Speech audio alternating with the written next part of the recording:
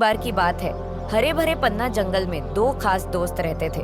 Monty बंदर जो चालाक, चंचल और शरारती था, और तेजस हाथी जो शांत, मजबूत और समझदार था। मोंटी दिन भर पेड़ों पर झूलता, मजाक करता और अपनी फुर्ती का दिखावा करता। वह कभी फल चुरा लेता तो कभी किसी जानवर को चौंका देता और फिर पेड़ पर चढ़कर हंसता रहता। वहीं तेजस धीरे धीरे चलता, कम बोलता, लेकिन जब बोलता तो सब सुनते। कोई परेशानी में होता तो सबसे पहले तेजस के पास जाता। उसकी ताकत और समझदारी पर पूरे जंगल को भरोसा था। मोंटी को यह सब बोरिंग लगता।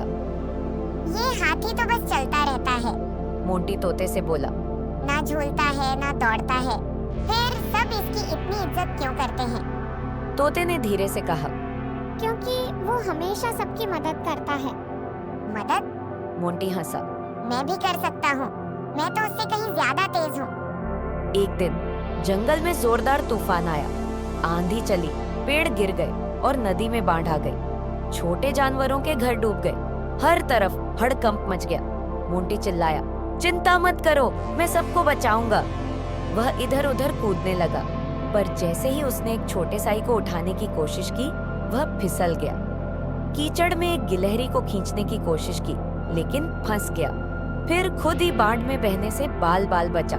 उसी समय जंगल में एक भारी सी आवाज गूंजी। तेजस हाथी आ रहा था। तेजस ने पेड़ों के तनों से रास्ता बनाया, बच्चों को अपनी पीठ पर बिठाया और अपनी सूंड से कई जानवरों को बाहर निकाला।